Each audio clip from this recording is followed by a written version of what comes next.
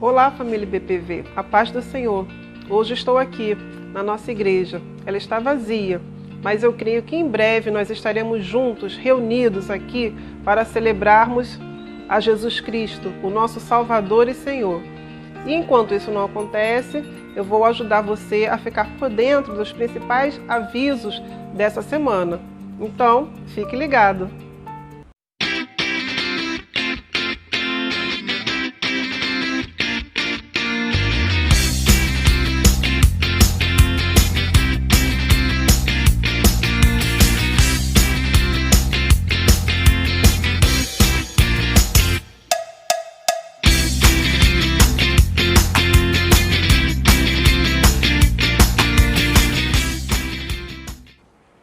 Seja em tempo bom ou em tempo ruim, nós devemos orar. Então, acesse o boletim de oração do mês de julho da igreja e do pastor Paulo e da sua esposa Ana Beatriz. É nossa obrigação não só orarmos por nós, mas também por nossa igreja e pelo nosso pastor. Oremos sem cessar.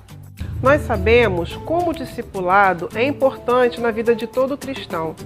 Então, nós estamos recomendando aqueles irmãos que realizavam o discipulado individual a entrarem em contato com seus discípulos para conversarem sobre uma possível retomada do discipulado na modalidade virtual. Nós informamos que o material poderá ser enviado por e-mail ou ainda ser preparado pela secretaria toda segunda-feira. Lembramos que para a retirada de um fascículo é necessário que a ficha do discipulado de acompanhamento seja preenchida e a foto da mesma seja enviada para a secretaria. Você pode obter mais informações com a secretária da igreja através do WhatsApp da secretaria.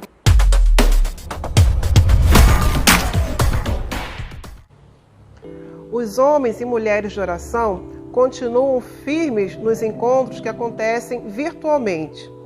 Os homens estão se reunindo toda segunda-feira às 20 horas e as mulheres estão se reunindo agora em 2 dias, às terças-feiras, 20 horas e às quintas-feiras, às 7 horas e 30 minutos.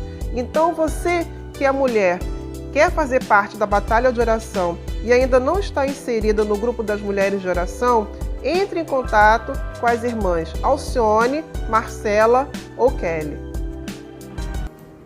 Dar suporte espiritual à igreja perseguida nas nações mais fechadas do mundo.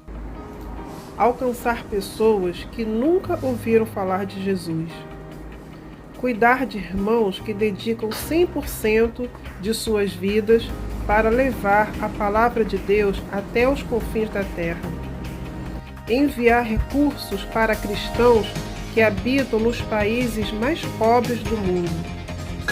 Tudo isso se chama missões. Você já parou para pensar que enquanto estamos no conforto do nosso lar, muitos dos nossos irmãos estão tendo que se esconder para se reunir como igreja? São impedidos de abrir seus lábios para adorar ao Deus vivo.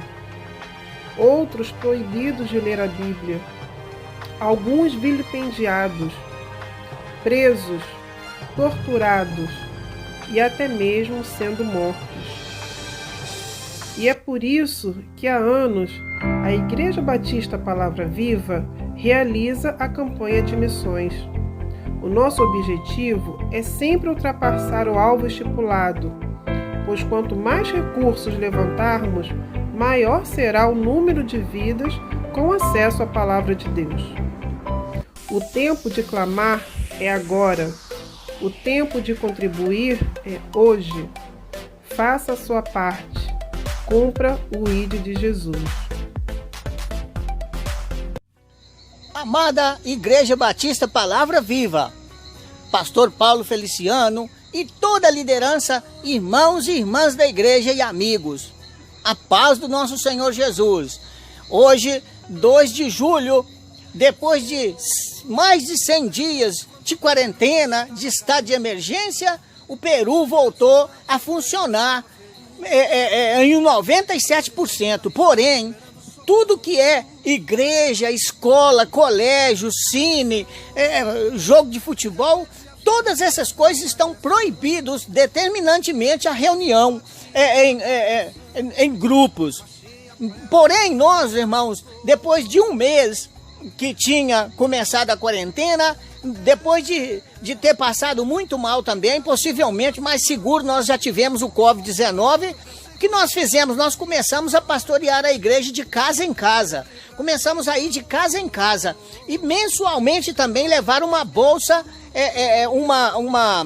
uma bolsa família de alimentos para ajudar as famílias, porque muitas pessoas passando necessidade.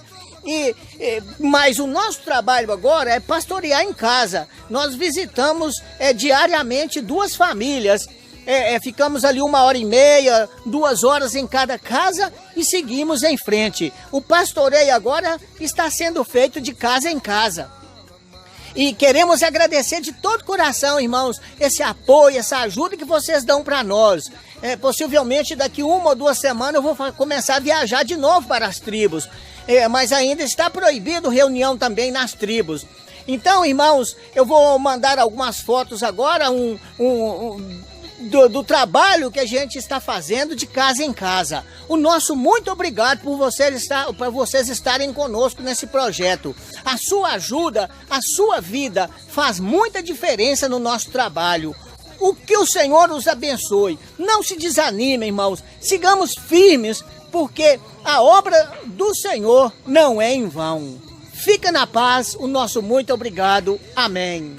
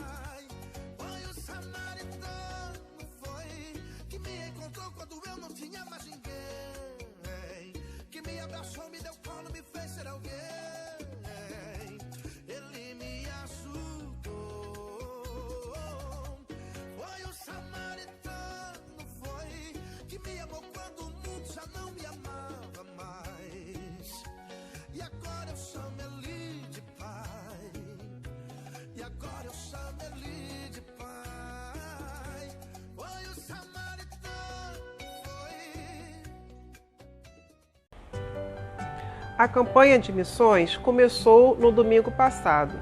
O nosso alvo é de R$ 32 mil. Nós alcançamos R$ 568 e faltam R$ 31.432. É muito importante que toda a igreja participe, orando e ofertando. São tempos difíceis, mas olhe para Deus, porque o nosso Deus pode todas as coisas. E vamos ao momento dos aniversariantes. No dia 12 de julho, Giovana de Oliveira Tomás Amorim. No dia 13 de julho, a irmã Rosilda Maria dos Santos Cerqueira. No dia 14, a irmã Érica Gonçalves Araújo. No dia 17 de julho, irmã Larissa de Sá de Oliveira. E no dia 17, Kaique de Oliveira Rodrigues Soares. Nós parabenizamos a esses irmãos e desejamos toda sorte de bênção para a vida de vocês. Que Deus os abençoe. Finalizo aqui os principais avisos dessa semana. Incentivamos a você a ler o boletim virtual que é enviado semanalmente pelo WhatsApp da igreja. Lá você obterá estas e outras informações e ficará mais por dentro das atividades semanais. Que Deus o abençoe.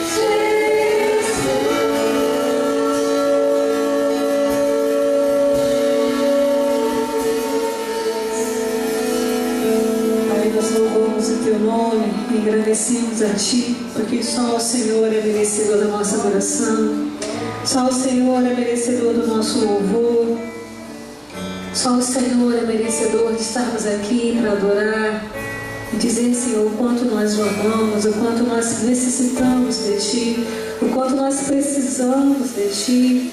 Senhor, onde nós estaríamos? Senhor, onde nós estaríamos? Nós louvamos o Teu nome, Te adoramos, dizemos, ó Pai, quão grande é o Teu nome, Tu és precioso para nós.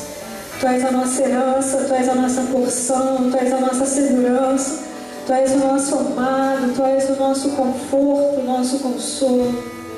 Tu és a nossa torre, a torre onde a gente pode correr e se esconder em Ti. Muito obrigada, Deus, porque podemos adorar a Ti. Então recebe o nosso louvor e a nossa adoração, em o nome do Senhor Jesus. Amém e amém.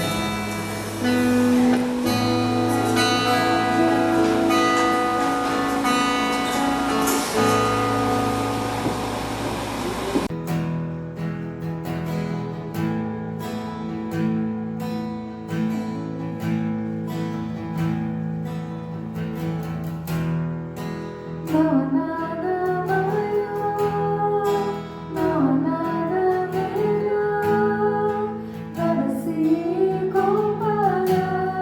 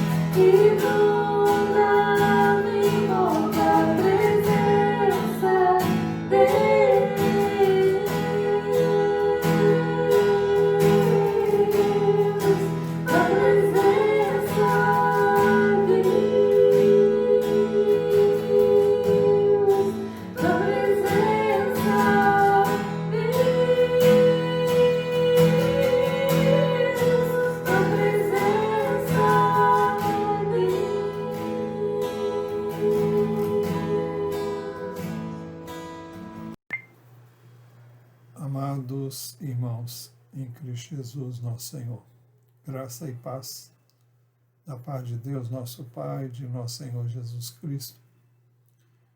Estamos aqui mais uma vez para trazer aos irmãos, aos que vão nos ouvir, a palavra de Deus, e queremos pedir que você esteja orando. Como sempre pedimos, ore por mim, ore pelos que vão ouvir, ore para que você seja abençoado através da palavra que vai ser ministrada. O Senhor fale ao seu coração e ao coração de cada pessoa que ouvir essa palavra. Senhor, nós queremos buscar a Tua face, reconhecendo a Tua graça sobre nós, a Tua bondade, a Tua benignidade, a Tua fidelidade. Por isso te damos graças e te rogamos que o Teu Espírito encontre liberdade de agir na minha vida e na vida daqueles que vão ouvir esta palavra. Que o Senhor seja comigo na transmissão da palavra e com aqueles que vão ouvi-la, para que sejam tratados, trabalhados, instruídos, edificados, tocados pelo Teu Espírito e transformados conforme a Tua multiforme graça e bondade para conosco, em Cristo Jesus, nosso Senhor. É no nome dele que oramos. Amém. Muito bem, nós queremos nesta manhã continuar a ministrar sobre o tema relacionamentos. Nós temos visto que o pecado trouxe a quebra de relacionamentos entre o ser humano e Deus, entre as pessoas. Primeiro vimos que o pecado trouxe a quebra de relacionamento do ser humano com Deus. Vimos também que Deus providenciou o meio para que o ser humano se reconciliasse com Ele através de Jesus. Vimos, em segundo lugar, que o pecado trouxe a quebra de relacionamento do ser humano com o seu próximo. E a reconciliação com Deus também prevê a reconciliação com o meu próximo por meio de Jesus Cristo. Vimos também que nenhum de nós pode abrigar qualquer inimizade ou ressentimento no íntimo sem afetar a nossa comunhão com Deus e a nossa comunhão uns com os outros. Vimos também que o meu pecado afetará a minha comunhão com Deus se eu pecar contra o principal de todos os mandamentos, que nas palavras de Jesus é este. O principal é: escute, ó Israel, o Senhor nosso Deus é o único Senhor. Ame o Senhor seu Deus de todo o seu coração, de toda a sua alma, de todo o seu entendimento e com toda a sua força. Meu pecado também afetará a minha comunhão com Deus e com o meu próximo se eu pecar contra o segundo mandamento mais importante. Nas palavras de Jesus, ele disse: o segundo é: ame o seu próximo como você ama a si mesmo. Não há outro mandamento maior do que estes. Marcos 12, 28 a 31. Se o meu pecado não for confessado e deixado, vai tirar a minha paz interior e a minha alegria de viver. Assim o meu pecado afetará a minha relação com Deus, com as pessoas, comigo mesmo. Isso irá acontecer sempre que eu desprezar os princípios de Deus para os meus relacionamentos. Hoje nós queremos examinar nossos relacionamentos na igreja. E o texto nosso base para esta mensagem é 1 de Pedro, capítulo 3, versículo 8 a 12. E o texto diz assim, 1 de Pedro 3, 8. Finalmente, irmãos, tenham todos o mesmo modo de pensar, sejam compassivos, fraternalmente amigos, misericordiosos, humildes, não paguem mal com mal, nem ofensa com ofensa. Pelo contrário, respondam com palavras de bênção, pois para isso mesmo vocês foram chamados, a fim de receberem bênção por herança. Pois aquele que quer amar a vida e ter dias felizes, refreie a língua do mal e evite que os seus lábios falem palavras enganosas. Afaste-se do mal e pratique o bem, busque a paz e empenhe-se por alcançá-la. Porque os olhos do Senhor repousam sobre os justos e os seus ouvidos estão abertos às suas súplicas, mas o rosto do Senhor está contra aqueles que praticam o mal.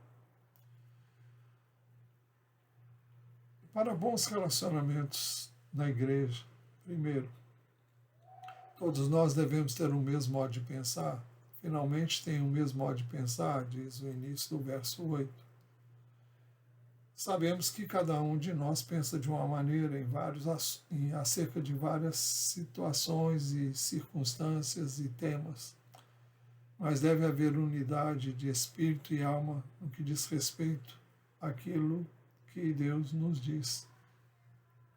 Deve ser a nossa conduta. Filipenses 2:2 diz assim na versão da NVI: completa a minha alegria tendo o mesmo modo de pensar, o mesmo amor, um só espírito e uma só atitude. Nós devemos ser guiados pelo Espírito de Deus e devemos ser unânimes naquilo que acordarmos entre nós. É bom dizer também que essa unidade deve ter como modelo Jesus Cristo e não aquilo que dá na nossa cabeça. Nós temos um padrão e o padrão de conduta para nós tem como modelo a pessoa de Jesus Cristo. Romanos capítulo 15, versículos 5 e 6, nós lemos assim: ora, o Deus da paciência e da consolação lhes conceda o mesmo modo de pensar de uns para com os outros, segundo Cristo Jesus. Não é o que um pensa e os outros têm que seguir, não. É aquilo que o Senhor Jesus ensinou. Nós devemos ser coerentes com o ensino dele, devemos ser coerentes com o ensino das Escrituras e, nesse contexto, nós devemos buscar a unidade. O texto continua dizendo: para que vocês, unânimes e a uma só voz, glorifiquem o Deus e Pai de nosso Senhor Jesus Cristo. Só há uma maneira de fazermos isso: se houver unidade, tendo como modelo dessa unidade, ou, melhor ainda, desde que a nossa unidade esteja centralizada em Jesus Cristo.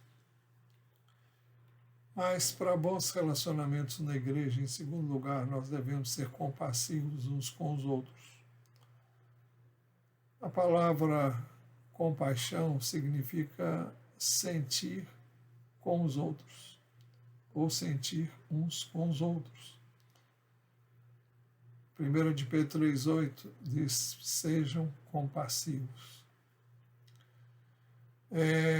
Normalmente, essa palavra é usada exatamente nesse sentido que falamos, sentir com os outros.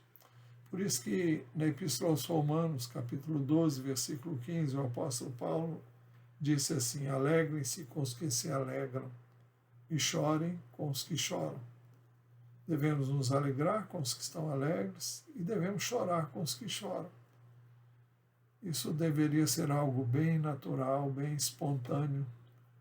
Não se trata de fazer algo que nós não estamos sentindo, mas se somos membros do mesmo corpo de Cristo, nós devemos ter os mesmos sentimentos. Quando um se alegra, nós devemos nos alegrar. Quando alguém chora, nós devemos chorar com eles. Também, escrevendo aos Coríntios, capítulo 12, na primeira epístola, versículo 26, lemos assim: de maneira que se um membro sofre, todos sofrem com ele, e se um deles é honrado, todos os outros se alegram com ele. Então, que algum membro do corpo de Cristo sofre, os outros vão sofrer com ele. Se você machuca o dedo, todo o seu corpo vai sentir a dor. Se você tropeça e cai e machuca, todo o seu corpo vai sentir. Mas se você está bem de saúde, está feliz, todo o seu corpo vai sentir satisfação com aquela experiência que você está vivendo. Assim também com relação ao corpo de Cristo, que é a igreja. Para bons relacionamentos na igreja, em terceiro lugar, nós devemos amar-nos como irmãos. Sejam fraternalmente amigos. Nós temos o hábito de nos chamar uns aos outros de irmãos. E isso não é sem razão. A Bíblia, especialmente o Novo Testamento, enfatiza, o Velho também, enfatizam, todas as Escrituras enfatizam a importância do amor fraternal.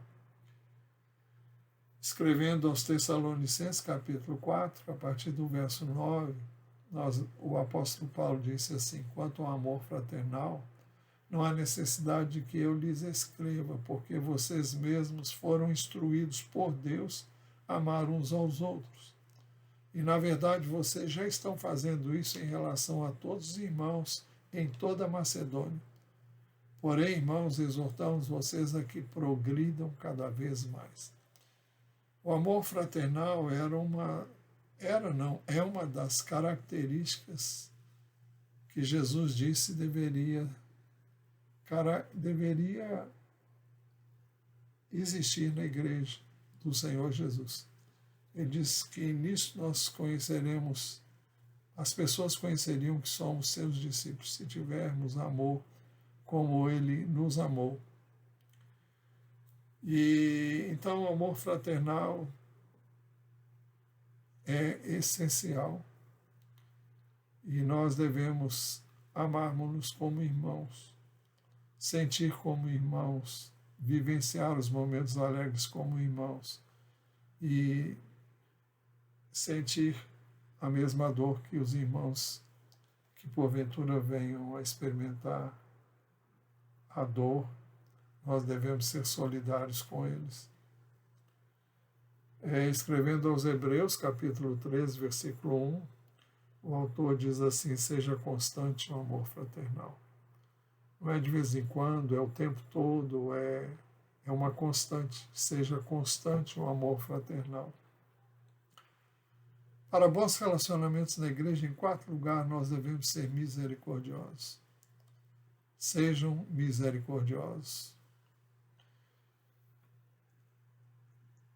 A palavra misericórdia é uma palavra latina que significa fala do coração, misere fala da miséria e significa ter o coração na miséria do outro. É reconhecer a miséria de alguém, não necessariamente no sentido econômico ou financeiro, embora isso também se aplique, mas essa palavra é usada em relação à relação de Deus conosco. Ele é sempre misericordioso para conosco. E por isso nós devemos ser misericordiosos uns com os outros. Sejam misericordiosos. No Sermão da Montanha, Jesus disse: bem-aventurados misericordiosos, porque alcançarão misericórdia. Nós devemos ser misericordiosos porque fomos objetos de misericórdia. E Deus usou de misericórdia para conosco e continuará a usar de misericórdia para conosco, à medida em que formos também misericordiosos uns com os outros. No Evangelho de Lucas, capítulo 6, versículo 36, nós lemos assim, são palavras de Jesus: sejam misericordiosos, como também é misericordioso o Pai de vocês. Jesus está nos ensinando que nós devemos ser misericordiosos como Deus é misericordioso conosco, o Pai, nosso Deus e Pai.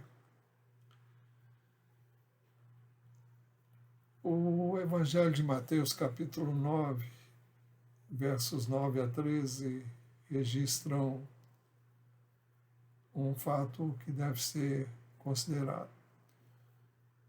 O texto diz assim: quando Jesus saiu dali, viu um homem chamado Mateus sentado na coletoria e lhe disse: siga-me. Ele se levantou e o seguiu. Estando Jesus à mesa na casa de Mateus, muitos publicanos e pecadores vieram e tomaram lugares com Jesus e os seus discípulos. Vendo isso, os fariseus perguntavam aos discípulos de Jesus: por que o mestre de vocês come com publicanos e pecadores? Os publicanos e pecadores, o publicano era um coletor de impostos. E pecadores eram todas as pessoas que eram assim chamadas por aqueles que se consideravam espirituais, religiosos. Mas Jesus, ao ouvir isso, disse: os sãos não precisam de médico, e sim os doentes. Vão e aprendam o que significa quero misericórdia e não sacrifício. Não vim chamar justos e sim pecadores.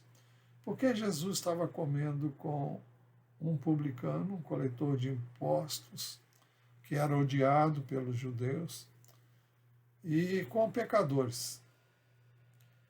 Jesus não fazia o que os pecadores faziam, não eram desonestos, não era desonesto como os publicanos eram ao coletarem impostos, mas Jesus deixa claro que estava com essas pessoas porque elas precisavam dele como um médico precisa, como um doente precisa de um médico. Os sãos não precisam de médico, e sim os doentes. Vão e aprendam o que significa quero misericórdia e não sacrifício. O que Jesus quer e espera de nós é que sejamos misericordiosos, como também Ele foi misericordioso conosco. Como o Pai foi, é e continua sendo misericordioso para conosco. E Ele arrematou: pois não vim chamar justos, e sim pecadores. Será que existem pessoas justas? A Bíblia diz que não. Mas alguns ainda hoje se consideram justos e têm a facilidade de julgar os outros e dizerem-se melhores do que eles. E Jesus diz que não veio para essas pessoas. Jesus veio para aqueles que realmente reconhecem a sua miserabilidade, reconhecem que são enfermos espiritualmente falando e que precisam de Deus. Para bons relacionamentos na igreja, em quinto lugar, devemos ser humildes no trato uns com os outros. O texto diz: sejam humildes. Humildade é algo que é enfatizado em todas as Escrituras. Também no Sermão da Montanha, Mateus 5,3, nós lemos assim: bem-aventurados os pobres em espírito, porque deles é o reino dos céus. Umas versões mais antigas diz: bem-aventurados os pobres de espírito, porque deles é o reino dos céus. Os pobres em espírito, ou os pobres de espírito, são aqueles que reconhecem a sua miserabilidade. São aqueles que reconhecem que precisam de ajuda, que precisam de Deus, precisam de perdão, precisam de salvação. Sabem-se indignos, sabem que não são merecedores do reino de Deus. E é por isso que Jesus diz: bem-aventurados pobres em espírito, porque deles é o reino dos céus. Para que alguém possa conhecer a Deus, ele precisa reconhecer primeiro que não é digno. Porque Deus é um Deus de graça e Ele veio para fazer por nós aquilo que nenhum de nós pode fazer por si mesmo. E nós, quando nos achegamos a Deus, não chegamos fiados em nossos méritos, mas fiados na obra redentora de Jesus. Nós não somos salvos porque somos merecedores, somos salvos pela graça.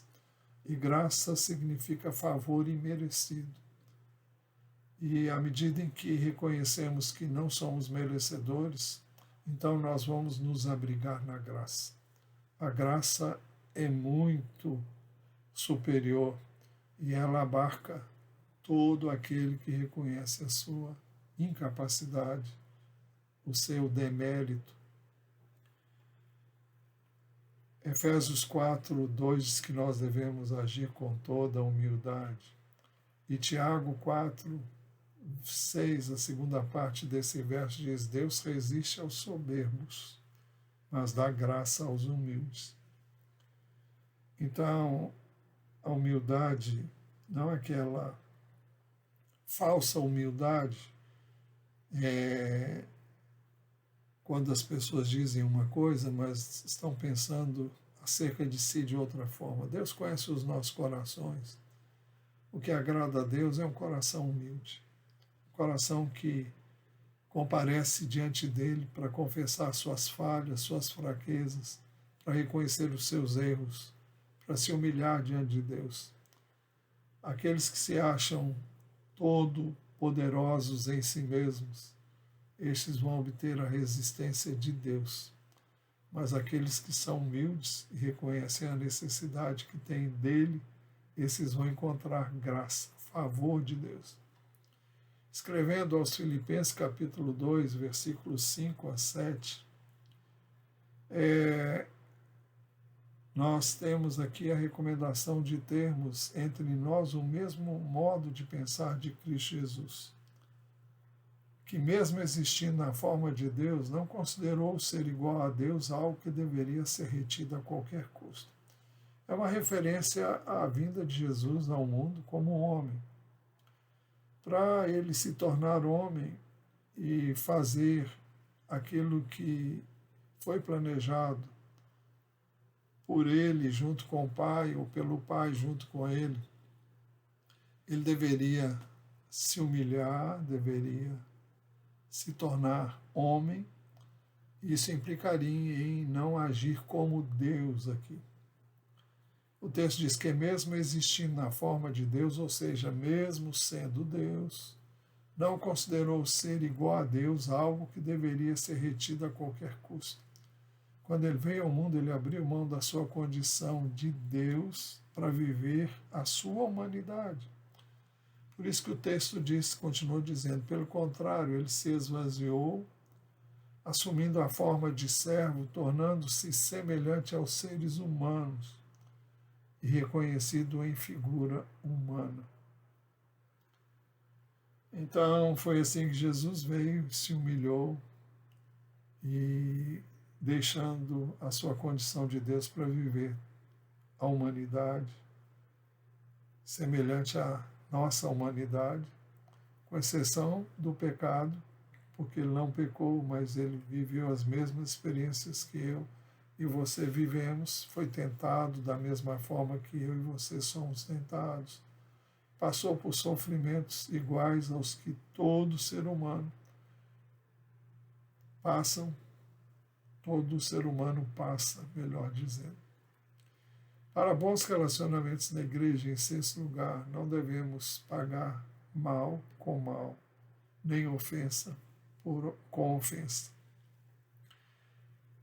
O texto diz, não paguem mal com mal, nem ofensa com ofensa. Não paguem mal com mal. Essas palavras foram escritas por inspiração de Deus, através do apóstolo Pedro. E o apóstolo Paulo afirmou a mesma coisa. Vejam como as palavras são idênticas. Romanos 12:17. Não paguem a ninguém mal por mal. Procurem fazer o bem diante de todos. Não paguem a ninguém mal por mal. O apóstolo Pedro disse a mesma coisa. Ao ser insultado, Jesus não revidava com insulto, porque o texto que nós examinamos, Agora diz, não paguem mal com mal, nem ofensa com ofensa. Normalmente, quando alguém nos ofende, essa pessoa faz isso insultando-nos, buscando diminuir-nos, ofender-nos. E ao ser insultado, ao ser ofendido, Jesus nunca revidou o insulto, nunca revidou a ofensa que ele recebeu. O texto diz assim, 1 de Pedro, capítulo 2, verso 23. É Pedro contando a experiência dele com Jesus, pois ele, quando insultado, não revidava com insultos. Quando maltratado, não fazia ameaças, mas se entregava àquele que julga retamente. Não cabe a mim julgar quem age de maneira indevida comigo, quem me ofende, quem me fere, quem me magoa. Eu devo simplesmente colocar isso diante de Deus. Deus vai fazer o julgamento justo. Ele sabe o que levou aquela pessoa a agir daquela maneira. E todo julgamento que eu e você fizermos acerca de qualquer pessoa que haja incorretamente, ele não é a melhor forma de julgar alguém. Só Deus conhece os corações, sabe a história de cada um e sabe o porquê daquela pessoa estar agindo daquela maneira. Nós sofremos, ficamos magoados, fere, realmente machuca bastante. Mas nós somos ensinados a agir como ele agiu. Jesus, quando insultado, não revidava com insultos, quando maltratado, não fazia ameaças, mas entregava-se àquele que julga retamente. Por isso, fomos ensinados a não pagar o mal com o mal. Muito pelo contrário, a fazer o bem. Para bons relacionamentos na igreja, e convém dizer o que ainda não foi dito, a igreja não é a reunião de pessoas perfeitas. Jesus diz que não veio para os justos, mas sim para os pecadores. Não veio para pessoas sãs, espiritualmente falando, mas para os que são doentes. E a igreja não passa de um hospital, onde as pessoas são tratadas, onde somos tratados uns através dos outros.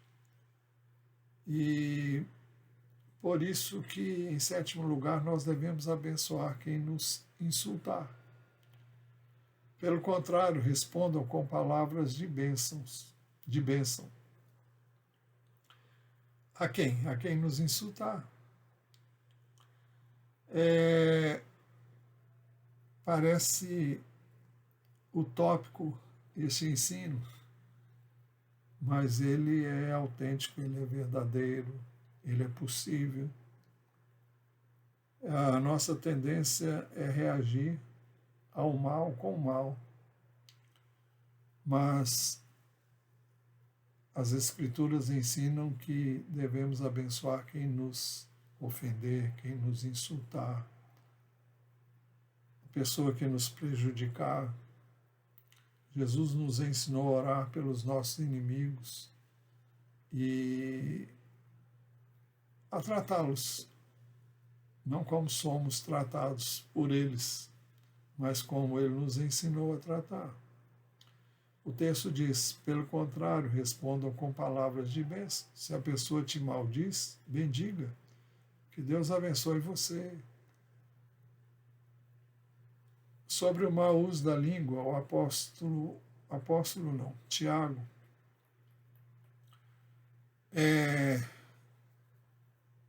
meio-irmão de Jesus, disse assim, Tiago 3, 9, com ela bendizemos, com a língua, né? Com ela bendizemos o Senhor e Pai, também com ela amaldiçoamos as pessoas, criadas à semelhança de Deus. De uma só boca procede bênção e maldição. Então ele diz, meus irmãos, isso não deveria ser assim. Por acaso pode a fonte jorrar do mesmo lugar água doce e água amarga? Meus irmãos, será que a figueira pode produzir azeitonas ou a videira figos? Assim, uma fonte de água salgada não pode dar água doce. Então, não é esse o comportamento que nós devemos ter diante daqueles que nos ofendem, nos caluniam, nos insultam. Nós devemos abençoar essas pessoas. Escrevendo aos Romanos, capítulo 12, 19 a 21, o apóstolo Paulo disse, meus amados, não façam justiça com as próprias mãos, mas deem lugar à ira de Deus, pois está escrito, a mim pertence a vingança, eu é que retribuirei, diz o Senhor. Façam o contrário, se o seu inimigo tiver fome, dele de comer, se tiver sede, dele de beber, porque fazendo isso você amontoará brasas vivas sobre a cabeça dele. Não se deixe vencer pelo mal, mas vença o mal com o bem. Quando nós fazemos o bem para quem nos faz o mal, nós vamos ser instrumentos nas mãos de Deus para incomodar a consciência daquela pessoa. Sempre existirá um resquício de consciência em cada uma das pessoas que vivem neste mundo. E a maneira de Deus tocar nelas é nós agirmos de maneira exatamente oposta à que eles agem conosco. Ninguém espera ser bem tratado quando maltrata alguém. Ninguém espera ser abençoado quando amaldiçoa alguém. E se a nossa atitude for exatamente uma atitude oposta de quem nos quer causar dano, então essas pessoas serão profundamente tocadas por Deus através da nossa atitude. É por isso que o texto nos ensina que devemos abençoar quem nos insultar. Pelo contrário, respondam com palavras de bênção. Por que devemos proceder assim? Por 3 razões. Primeira razão, porque fomos chamados para fazer diferença. Pois para isso mesmo vocês foram chamados. 1 de Pedro 2, 21, ele explica isso assim, porque para isso mesmo vocês foram chamados, pois também Cristo sofreu no lugar de vocês, deixando exemplo para que vocês sigam seus passos. Dói muito, machuca muito, entristece muito. Mas mesmo vivenciando essas coisas, nós devemos ter uma atitude adequada, correta, para que a diferença que deve existir em nós seja manifesta. E a diferença é Cristo. É Ele em nós. Não somos nós, é Ele em nós. É o seu Espírito agindo e operando através de nós. Por que devemos proceder assim? Por 3 razões. Segunda razão, porque fomos chamados para receber bênção por herança.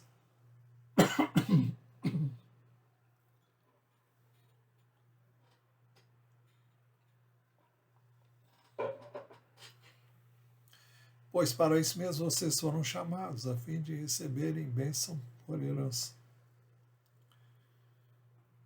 O que significa isso? Significa que nós somos chamados para receber aquilo que damos. É a lei da semeadura, nós colhemos o que semeamos.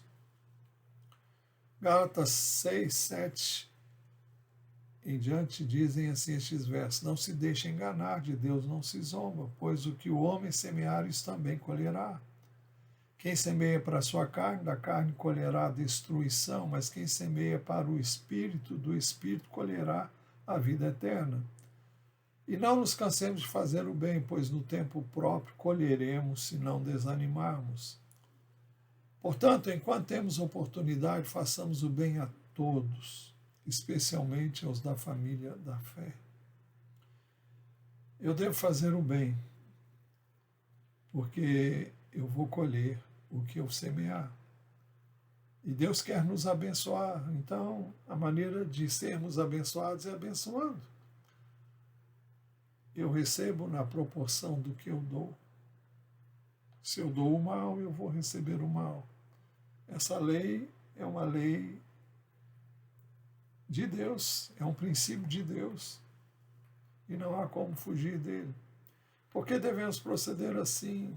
Dissemos por 3 razões. A terceira razão: porque amamos a vida e queremos ter dias felizes.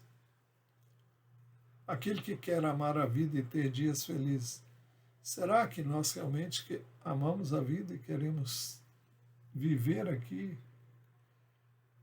dias felizes? Então, se você ama a vida, se você quer ter dias felizes, deve observar 5 princípios de Deus. E eu vou ser muito breve aqui. Primeiro princípio: nunca fale mal de quem quer que seja. Por isso que o apóstolo Pedro diz: refreia a língua do mal. Eu e você devemos guardar a nossa língua, para que dela não profira, para que dela não saia o mal. É muito comum nós usarmos a língua para machucar as pessoas, para ferir as pessoas, para nos vingarmos das pessoas. Nós sofremos o mal e soltamos a língua em cima daquela pessoa. E muitas vezes fazemos isso porque o propósito é destruir. O propósito é ferir, é machucar, é tocar nas pessoas para que elas sintam na pele o mal que elas fizeram conosco. Mas a palavra diz: refreia a língua do mal. Se você ama a vida, se você quer ter dias felizes, deve observar o segundo princípio: nunca fale palavras enganosas. Ou seja, nunca use de falsidade. Evite que seus lábios falem palavras enganosas. Então nós devemos ser sinceros, autênticos. E não devemos dizer uma coisa quando na realidade não é o que nós estamos sentindo ou pensando. Eu não posso bajular uma pessoa com segundas intenções para obter algum favor dela.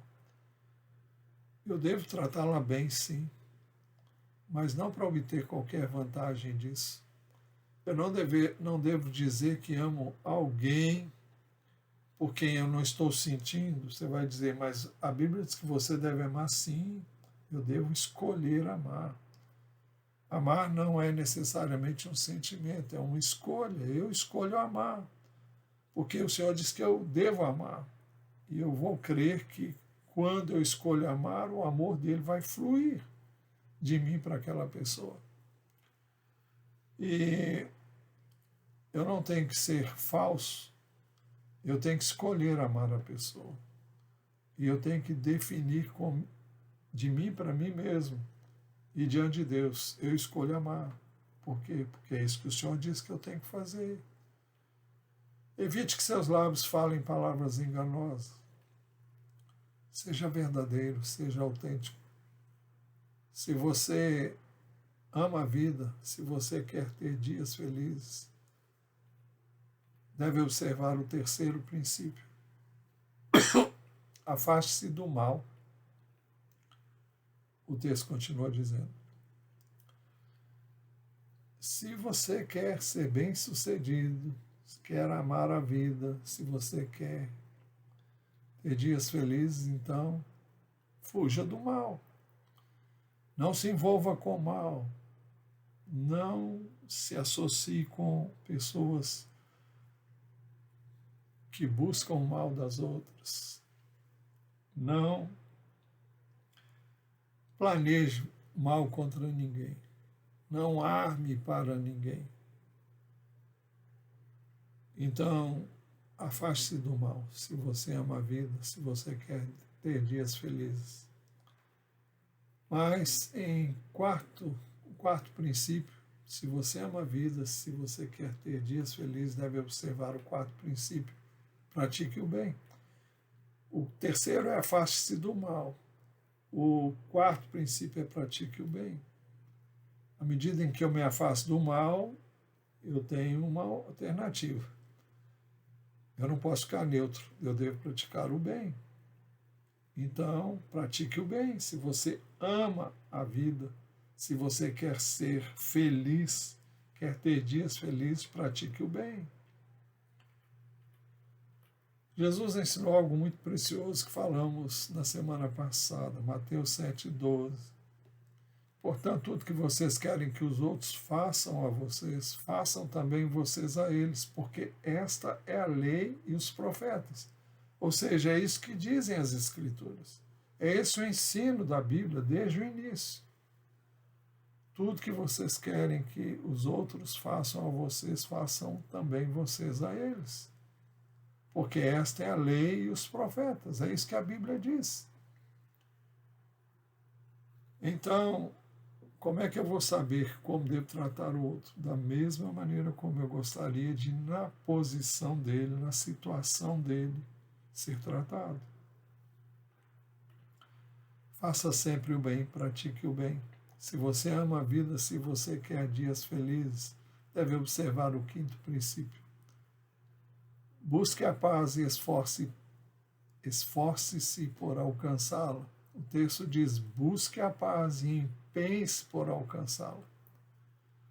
Eu devo sempre buscar viver em paz com as pessoas. E não é uma coisa fácil. É algo que depende de esforço, depende de empenho, depende de buscar uma dependência total de Deus para viver em paz com as pessoas. Por que você deve fazer isso? Por 3 razões. Primeira, porque os olhos do Senhor repousam sobre os justos. Porque os olhos do Senhor repousam sobre os justos, ou seja, repousam no sentido de estar sobre eles para abençoá-los. Porque os olhos do Senhor estão em favor dos que são justos. Justos aqui não são perfeitos, mas são aqueles que querem o caminho do Senhor, querem fazer a vontade do Senhor, que buscam andar por caminhos retos, que têm a sua vida pautada pelos princípios estabelecidos por Deus na sua palavra. Nós não somos justos em nós mesmos, nós somos justos em Jesus Cristo. Ele é a nossa justiça. Ele levou sobre ele os nossos pecados. Ele nos fez justos através da obra redentora dele na cruz do Calvário. Então, por isso, somos chamados de justos, não porque sejamos justos em nós mesmos, mas porque a justiça dele foi atribuída a nós. E não só isso, mas ele também nos deu do seu Espírito para que nós vivamos uma vida caracterizada pelo que é justo. Por que você deve fazer isso? A segunda razão, porque os ouvidos do Senhor estarão abertos às suas súplicas, e os seus ouvidos estarão abertos às suas súplicas, diz o texto. Ou seja, se você escolher viver assim, você saberá que Deus tem os ouvidos abertos para ouvir as suas súplicas, ouvir as suas orações, e Ele vai respondê-las sem tardança. E a terceira razão, a última razão, é porque o rosto do Senhor se volta contra aqueles que praticam o mal.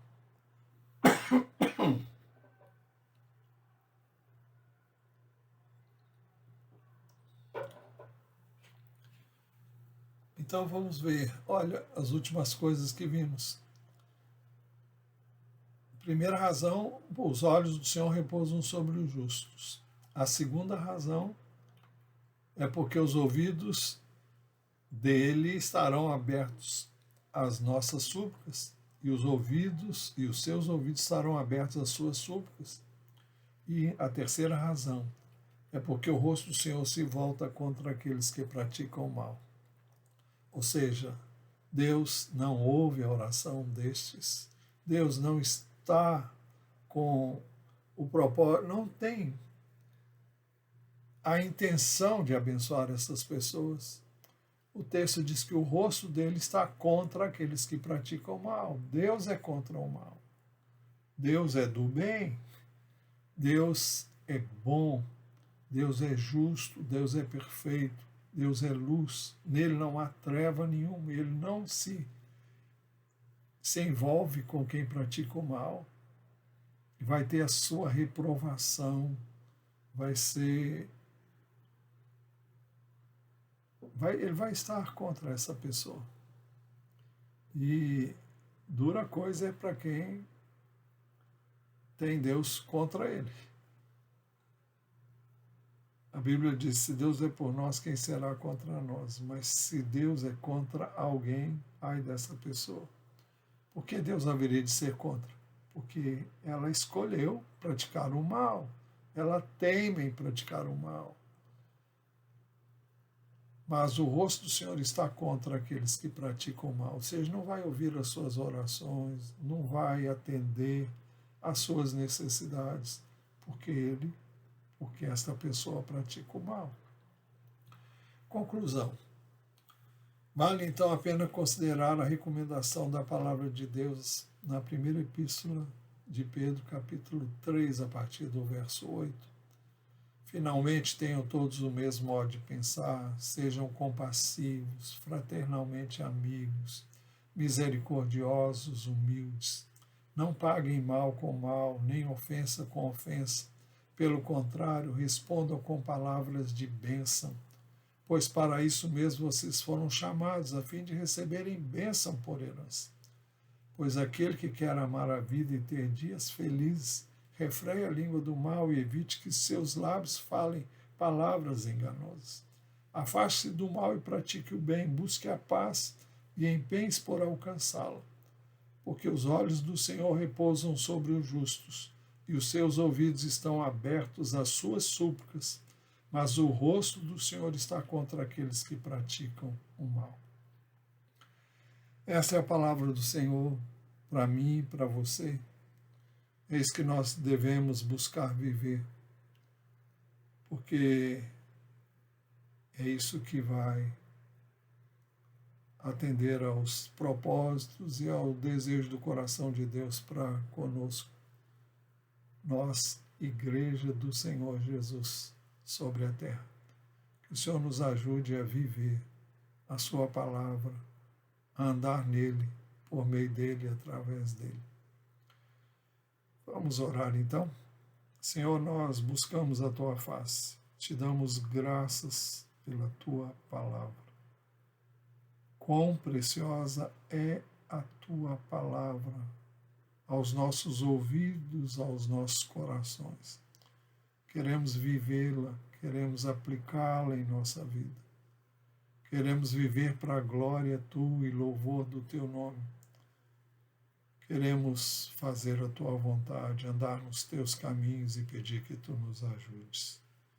Precisamos de ti, precisamos muito de ti. Sem ti nós nada podemos fazer. Vem nos assistir, vem nos conceder graça, abundância da tua graça, do teu favor, para que por meio desse favor, dessa graça, para que por meio de Jesus, nosso Senhor, possamos viver a tua palavra, para a nossa alegria e para a tua glória, para que muitos também conheçam o mesmo Deus que conhecemos, para que muitos reconheçam Jesus como seu Salvador e Senhor, para serem salvos, redimidos, perdoados, transformados, regenerados pela graça por meio da fé em Jesus. É no nome dele que oramos. Amém. Com a graça de Deus, até mais tarde, ainda nesse dia, permitindo o Senhor. Que Deus abençoe ricamente a sua vida. em nome de Jesus.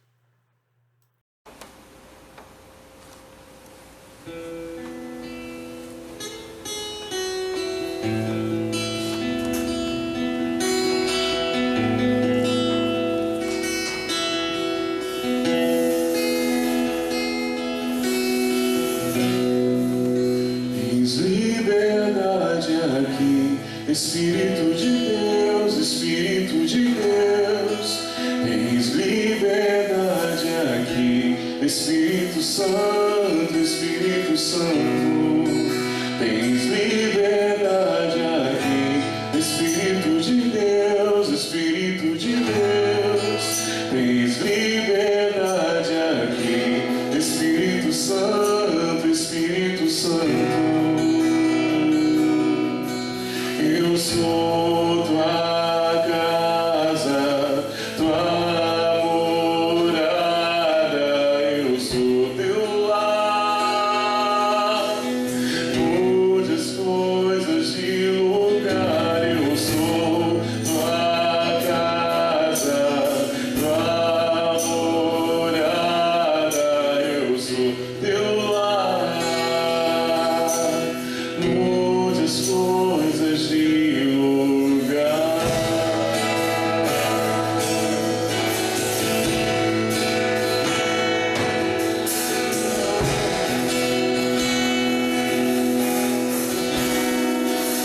Tens liberdade